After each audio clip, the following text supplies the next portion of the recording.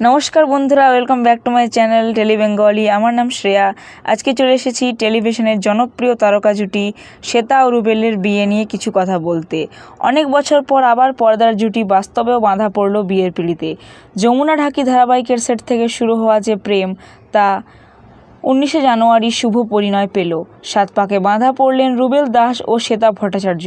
বর্তমানে এই দুই জনপ্রিয় তারকা দুই আলাদা ধারাবাহিকে প্রধান চরিত্রে অভিনয় করছেন। রুবেল অভিনয় করছেন নিম ফুলের মধু ধারাবাহিকে, আর শ্বেতা রয়েছেন গোপনে মন ফেঁসেছে ধারাবাহিকে।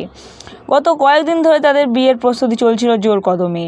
শুটিং শেষ হওয়ার পর কখনো বন্ধুর বাড়ি, কখনো আত্মীয়ের বাড়ি আইবুড়ো ভাত খেতে দেখা গেছে তাদের। অবশেষে সেই মহেন্দ্রক্ষণ উপস্থিত হলো। বৈদিক রীতিতে বিয়ে করলেন এই নায়ক নায়িকা। তাদের বিয়েতে পৌরোহিত্য করলেন নন্দিনী ভৌমিক।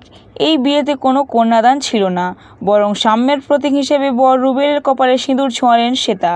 বিয়ের জন্য তারা বুক করেছিলেন দমদম ইমামি সিটির বিপরীতে অবস্থিত রাজা প্যালেস। সেখানেই শুভদৃষ্টি, মালা বদল থেকে সিঁদুরদান পর্যন্ত সমস্ত রীতি পালিত হয়েছে। তবে তাদের বিয়েতে মিডিয়ার প্রবেশ নিষিদ্ধ ছিল, যার কারণে অনেক মুহূর্ত এখনও সামনে আসেনি। তাদের আশীর্বাদ জানাতে উপস্থিত হয়েছিলেন নিম ফুলের মধু ও গোপনে মন ফেঁসে ধারাবাহিকের গোটা পরিবার। সাত পাকে বাঁধা পড়লেন এই জনপ্রিয় টেলিজুটি শ্বেতা ও রুবেল। আমাদের পক্ষ থেকে তাদের জানায় অনেক শুভেচ্ছা। বন্ধুরা, তোমরাও তাদের শুভেচ্ছা জানাতে ভুলো না।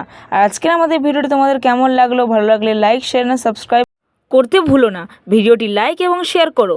আরও এরকম আপডেট পেতে আমাদের চ্যানেল টেলি বেঙ্গলকে সাবস্ক্রাইব করো। ধন্যবাদ।